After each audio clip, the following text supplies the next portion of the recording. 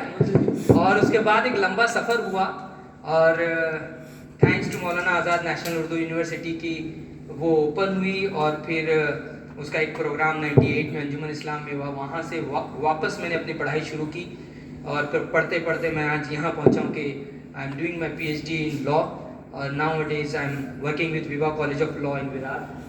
اور بات یہ سمجھ میں آئی کہ ہوا کا رخ پہچانیے. یہ ایک چھوٹی سی بات, ہوا کا رخ کیا تھا, یہ ایک کہانی میں نے سنی تھی جہاں میں نے ڈیسیجن لیا کہ مجھے یہ مغالطہ ہو گیا تھا, بھیونڈی شہر سے تعلق رکھتا ہوں, کہ پاور پور میں بہت پیسہ کما لوں گا تو کیوں پڑھائی کروں. چھوڑ دی میں نے پڑھائی, جب صابو صدیق سے ریٹرن ہوا تو پڑھائی چھوڑ دی. تو اس میں یہ بات آئی کہ ایک برہمن اپنی بیٹی کا رشتہ کرنے کے لیے داماد کی تلاش میں ہوتا ہے. تو جو داماد اس کے پاس آتا ہے تو وہ داماد سے ایک ہی سوال کرتا ہے کہ ہوا کا رخ پہچانتے ہو. تو کوئی کہتا ہے کہ بالکل آسان ہے, دھول اڑاتا ہے, بولے ہوا اس طرف سے چل رہی ہے, کپڑا اڑاتا ہے, ہوا اس طرف سے چل رہی ہے. تو ایک بندہ اس کو ملتا ہے, وہ کہتا ہے کہ آپ کو میں سب کے سامنے بتا دوں کہ اکیلے میں بتاؤں. تو وہ پھر ایک روم میں جاتے ہیں اور وہاں پر بات ہوتی ہے. تو وہ کہتا ہے کہ یہ داماد سوٹیبل فار مائی ڈاٹر. اور 10 سال کے بعد وہ حالات بدلتے ہیں, اور یہ جو اپنی بیٹی جو دیا رہتا ہے یہ موچی کا کام کرنے لگتا ہے. برہمن کے لیے موچی کا کام سب سے ڈیگریڈ جاب ہے. اور ان کے گاؤں میں, وہ کسی اور گاؤں میں چلا جاتا ہے, اس گاؤں میں ایک ناٹک آتا ہے, اور اس ناٹک میں جب وہ شریک ہوتے ہیں, دیکھنے جاتے ہیں اپنی بیوی کو لے کے, تو دیکھتا ہے کہ اس کا داماد وہاں ڈھول بجا رہا ہے. تب وہ کہتا ہے کہ یہ میں نے کہا تھا کہ ہوا کا رخ پہچانتے ہو. یہ کہانی کسی اور پرسپیکٹیو میں, میرا پیغام یہ ہے کہ آج ہمیں ہوا کا رخ پہچاننے کی ضرورت ہے. آج ہوا کس طرف چل رہی ہے.